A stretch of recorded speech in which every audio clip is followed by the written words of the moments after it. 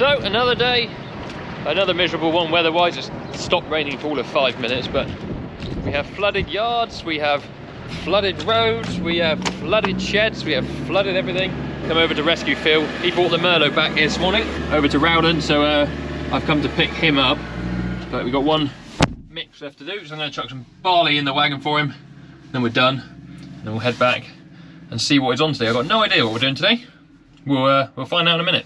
I mean, even our straw shed has flooded.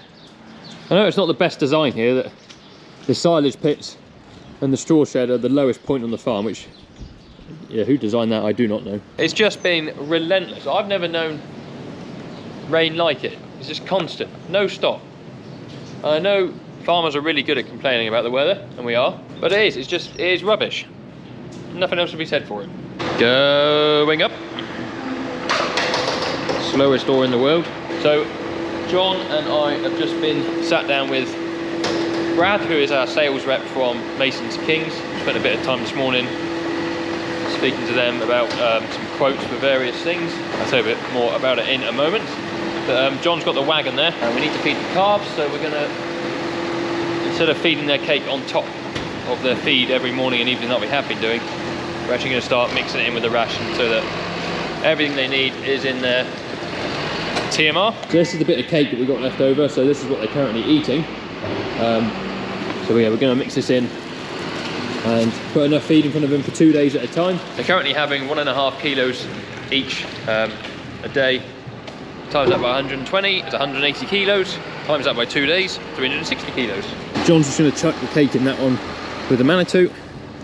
I'm going to go and sweep up in front of them so it's on a clean plate. So we end up meeting with our various sales reps from the companies we deal with quite often. Just because of the way machinery is funded here, we don't have an ongoing replacement policy whereby we know we're going to replace a certain machine at a certain time. We put forward a business case to the Research Council, which then fund any machinery that we need on the farm. Now, the reason that we have so many meetings with our various sales reps is to get quotes for various things on what we have, like we call a wish list, ongoing all the time, so that when the time comes when money becomes available, we have an accurate quote that we can put forward to then purchase said machinery. As you know, machinery prices are changing all the time, and the time it takes for us to actually get machines on farm once we've decided that is what we need to replace or etc. is quite long. And what would happen is prices would change, and then things wouldn't be put through our system because the prices are wrong compared to the quote we put forward, and various things like that. So we always have a wish list of things that we want to change next, or the next pieces of machinery that need to be replaced. So for example, at the moment, a tractor and sprayer, as well as a couple other things. So Brad comes in every so often and just updates the quote, which is good. It must be really annoying for Brad because he's constantly in here doing those things, but it actually pays off in the long run when the time is right and the Research Council will actually release some money to do those machinery changes. Right, these guys have eaten all their food, so I'm just going to sweep away whatever's in front, all this rubbish here, and then John will come and feed them the new stuff. I'm hoping I've got a brush here somewhere. Right, I've cleaned everything off the side, so they're now ready to be fed. John's just getting ready to feed them.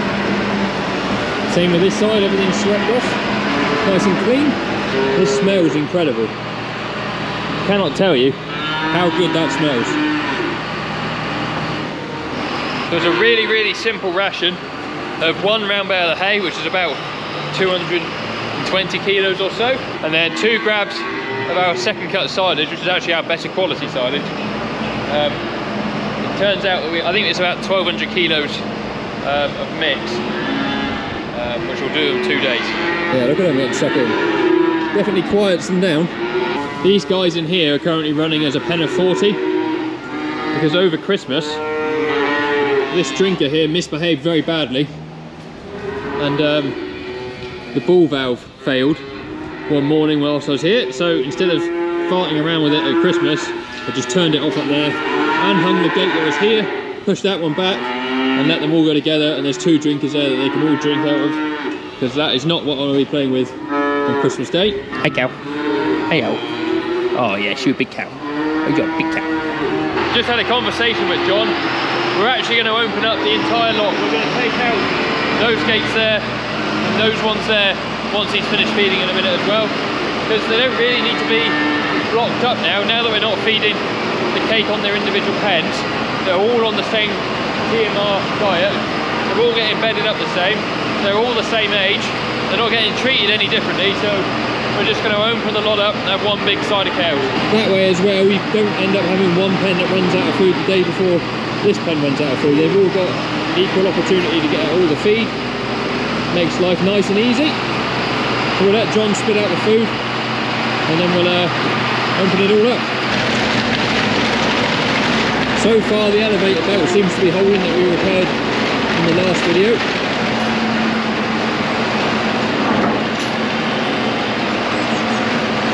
Happy calves. Now I don't quite know what will happen when I open the gates. They'll either all come running down to have a look at these ones, or they'll all go and feed where John's currently feeding them and they won't be too worried.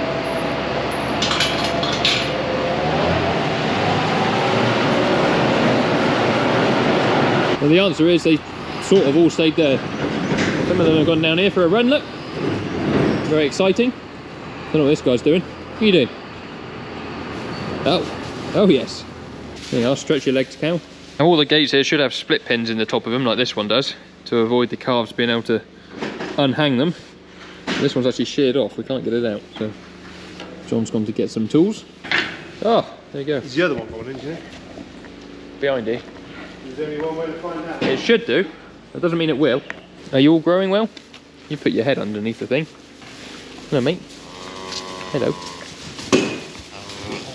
Oh, yes. I've not got anything for you. Is he kicking? Yes. Oh, shit. Hey, you can cut that out. Come on, John. You can do it.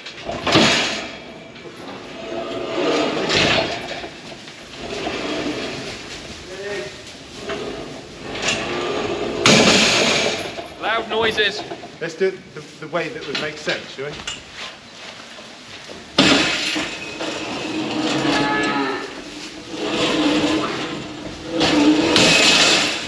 More loud noises.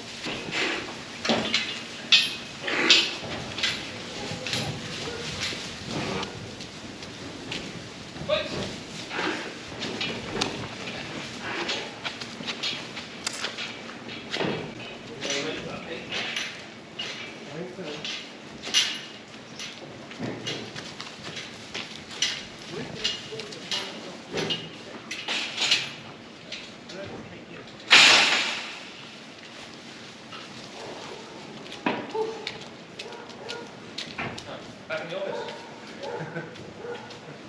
I'll better check my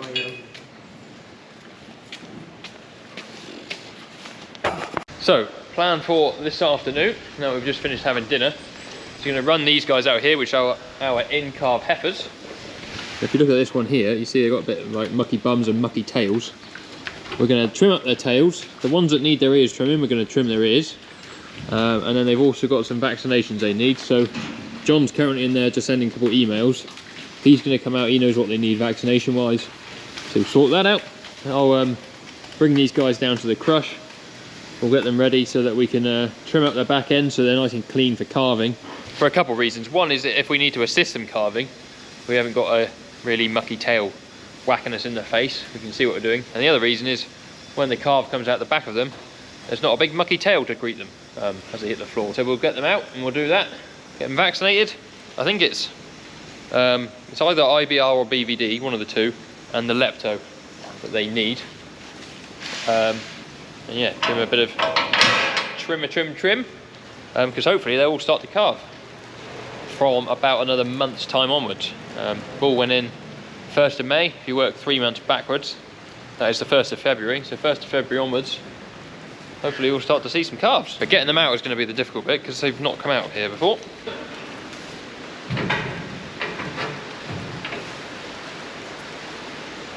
Come on.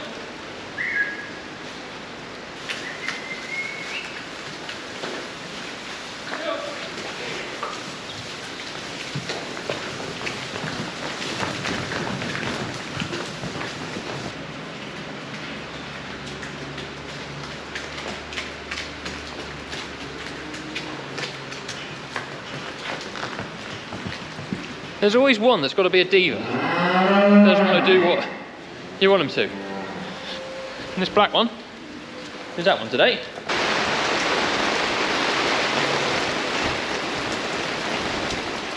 Now I am very glad that we have this structure here known as the John Bowman semi-permanent erection. But just look at that out there. The minute, like we've been sat in having dinner for 3/4 of an hour and it's been like blue sky out the window. The minute I get cows out the shed and trying to run them into this pen, which they really did not want to go into, like I'm out there chasing them round, the heavens just open. I don't know what it is with my luck and going outside. And it's coming in sideways. I don't know how well it shows up on the camera. It is absolutely lashing down sideways. Like even all the stuff on the table is getting soaked. It is just ridiculous.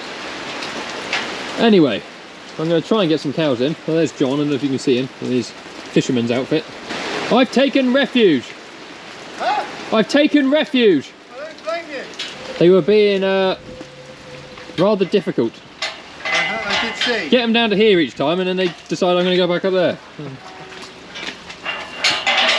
Was it raining at the time? It was. Yeah. Anyway, I was trying to remember, but I can't quite remember what these guys want, the BVD and Lepto. Yes. Yeah. So these guys don't have Bravoxin. They will, They will have Bravoxin. but we haven't got enough. Oh, I yet. see. We're waiting upon Bravoxin. We are. Well, we haven't got enough guns either. No. And we've also And- we've got a TB test them in 3 weeks anyway, so we'll do it. Yeah, and we've got to bolus them with because the Oh, IBR, minerals. So we're gonna do Yeah. that IBR, Bravoxin. Roxin. I see. So there's a lot to do yet. Yes. Anyway, I'll try and flush some into the old Well, that racer. sounds grand. Yes. Oh, I just had to go and change. I nearly had a sense of humour failure. I had a cow cough and fart at the same time and all over the face.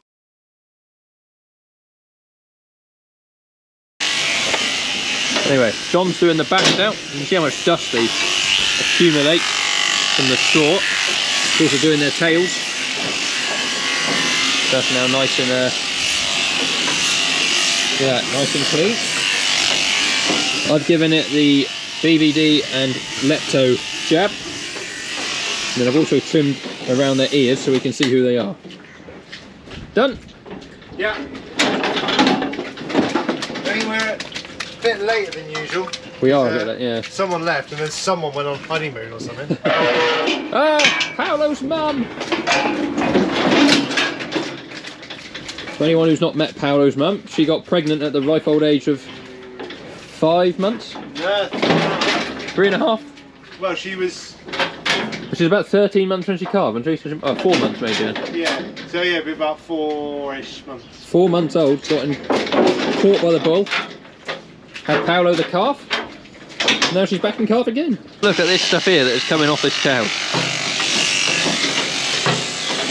Ooh, bird will want that for its nest. Completely matted in with straw. That must feel better. Oh, it's got one left. All nice and tidy ears now, cow. We can read your numbers. Hey, look at your ears. Some of them enjoy this, and some of them absolutely hate it. And some of them stand there and let you trim their ears, and some of them try and kill you. Right, last one.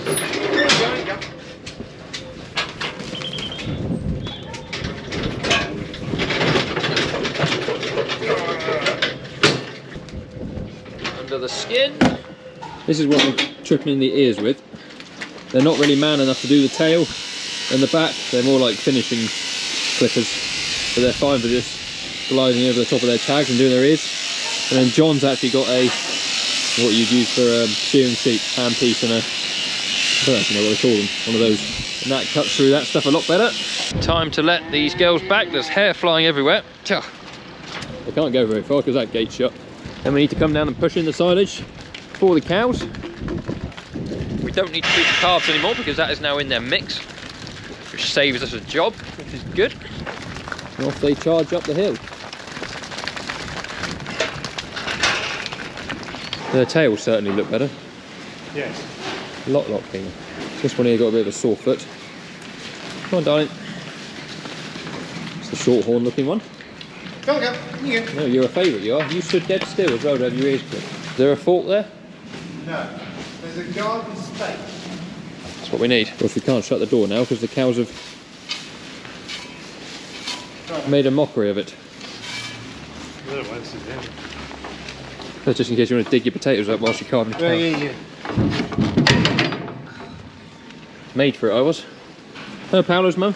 They are. Yeah, I reckon a month and we'll have our first calf. Who's it going to be? Going to be you? No. Yeah, see that one there? Yeah, starting to spring. Yeah. Question for anyone with a Manitou like ours here with this screen. Does anyone's else gone loose and wobbly like that? This thing rattles like hell now.